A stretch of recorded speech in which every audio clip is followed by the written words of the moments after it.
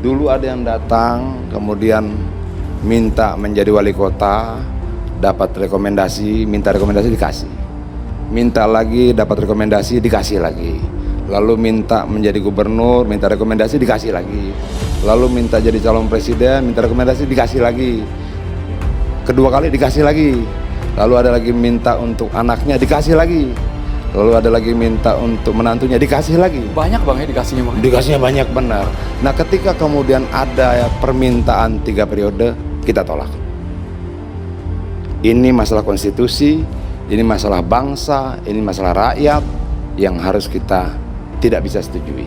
Kader PDIP yang juga anggota DPR RI, Adiana Pitupulu, membongkar sosok yang meminta 3 periode.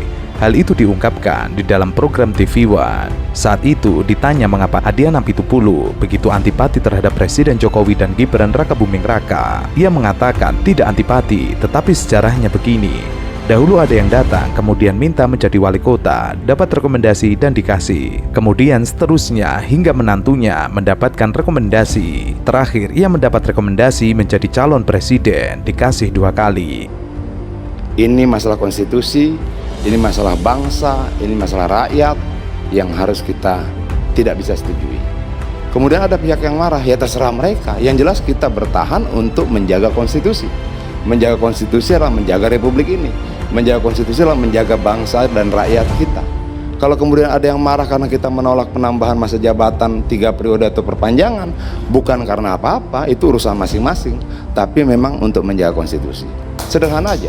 Adian menekankan bahwa ini bukan persoalan pribadi, tetapi masalah konstitusi dan masalah bangsa, masalah rakyat yang harus PDIP tidak bisa setuju. Kemudian ada pihak yang marah, ya terserah. Yang jelas ia sudah bertahan untuk menjaga konstitusi dan menjaga republik ini. Ada pihak yang marah karena PDIP menolak permintaan masa jabatan 3 periode atau perpanjangan. Yang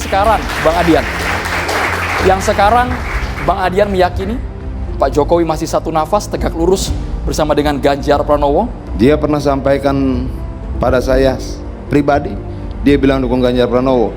Bagaimana prakteknya urusan dia. Mau saya pikirkan? Enggak. Yang saya pikirkan adalah memenangkan Ganjar dan Pak Mahfud. Ketika ada dorongan di parlemen untuk investment Jokowi dulu, ketika kemudian diganggu kiri kanan segala macam Jokowi dan kebijakannya, kita bertarung untuk itu. Ada yang kemudian bertarungnya cuma 5-6 bulan, 1 tahun 2 tahun, lalu merasa menjadi lebih hebat begitu. Nggak bisa, sejarah tidak berkata seperti itu. Siapa itu Bang? Yang nggak baru tahu. 5 bulan? Tapi maksud saya begini, jujur sajalah kita bahwa kami berjalan bersama-sama Jokowi dari bawah. Dari dia masih wali kota, dia jadi gubernur, dia jadi presiden, kita bareng-bareng. Kita jaga sekuat-kuatnya dan sebaik-baik, sehebat-hebatnya. Semua kader PD Perjuangan pasang badan buat Jokowi. Semua berkorban pasang badan buat Jokowi.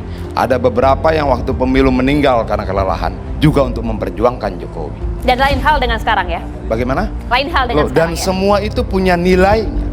Dan hanya orang terhormatlah yang bisa menilai pengorbanan sekian banyak orang untuk diri. Adian juga membuka bahwa Jokowi secara pribadi pernah mengatakan kepada dirinya akan mendukung Ganjar, tapi ia tidak tahu prakteknya. Ia tidak mau ambil pusing, karena bagaimanapun ia mengakui saat itu hanya memikirkan memenangkan Ganjar Pranowo menjadi presiden di Pilpres 2024. Ia hanya diberikan perintah untuk memenangkan Ganjar, namun untuk di luar dirinya tidak akan memikirkannya. Karena ia punya energi terbatas, waktu hanya 112 hari, tidak mau buang waktu untuk perdebatan pemikiran seperti itu. Masalah kita bukan restu presiden. Masalah kita adalah proses di Mahkamah Konstitusi. Rubahlah undang-undang untuk rakyat. Rubahlah undang-undang untuk bangsa ini. Rubahlah undang-undang untuk negara. Rubahlah untuk undang-undang untuk kebaikan bersama, tidak untuk satu orang anak. MK sudah final dan mengikat Bang. Kita tidak bisa lagi ganggu-gugat urusan MK Bang. Nggak masalah itu. Tapi bahwa kemudian kita melihat ada proses yang tidak fair di sini, dan pegang satu hal, keadilan akan mencari jalannya sendiri.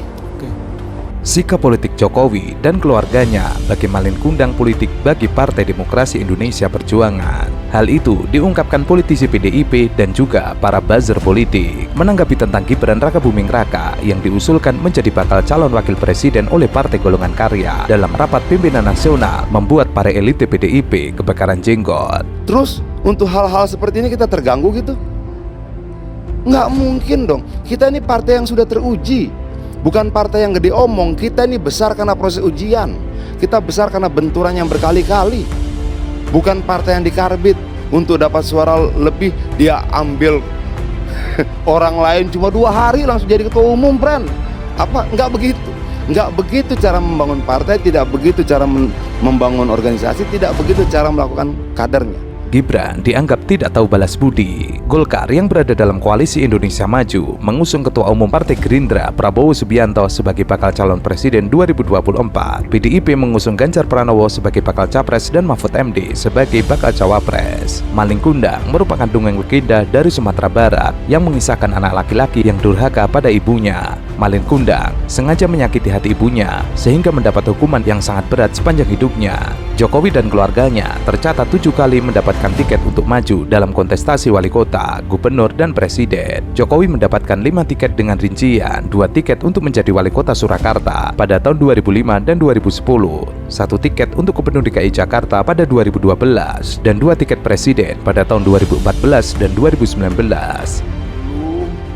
Dulu ada yang datang kemudian minta menjadi wali kota, dapat rekomendasi, minta rekomendasi dikasih, minta lagi dapat rekomendasi dikasih lagi, lalu minta menjadi gubernur, minta rekomendasi dikasih lagi, lalu minta jadi calon presiden, minta rekomendasi dikasih lagi, kedua kali dikasih lagi, lalu ada lagi minta untuk anaknya dikasih lagi, lalu ada lagi minta untuk menantunya dikasih lagi. Banyak bang ya dikasihnya bang. Dikasihnya banyak, benar.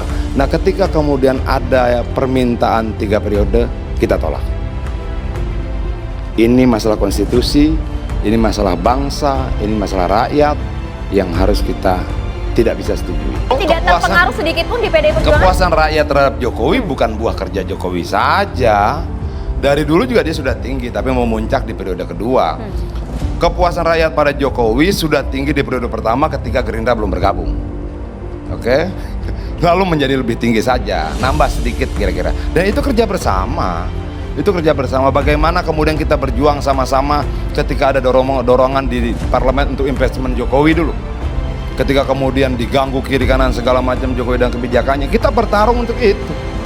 Ada yang kemudian bertarungnya cuma 5-6 bulan, 1 tahun 2 tahun, lalu merasa menjadi lebih hebat begitu. Nggak bisa, sejarah tidak berkata seperti itu. Siapa itu bang? Yang Nggak baru 5 tahu. bulan? Tapi maksud saya begini, jujur sajalah kita bahwa kami berjalan bersama-sama Jokowi dari bawah. Dari dia masih wali kota, dia jadi gubernur, dia jadi presiden, kita bareng-bareng. Termasuk tiket bagi Gibran untuk menjadi wali kota Solo dan menantu Jokowi, Bobi Nasution, untuk menjadi wali kota Medan pada tahun 2020. Semuanya golden ticket dari PDIP. Jokowi dan keluarganya meninggalkan PDIP sebagai partai yang membesarkannya dan berjasa besar, sehingga keluarga Jokowi mendapatkan jabatan eksekutif politik seperti wali kota, gubernur, dan presiden. PDIP tentu saja merasa dihianati keluarga Jokowi. Putra bungsu Jokowi, Kaisang Pangarep, menjadi ketua umum Partai Solidaritas Indonesia, dan kini Gibran hengkang dari PDIP ke Golkar. Rencananya, putra sulung Presiden Jokowi terlebih dahulu masuk Angkatan Muda Pembaharuan Indonesia, sayap generasi muda Partai Golkar. Selanjutnya, Bobi Nasution bisa jadi akan keluar dari PDIP, bisa masuk Golkar atau Gerindra. Bobi akan disiapkan menjadi gubernur Sumut pada tahun 2024.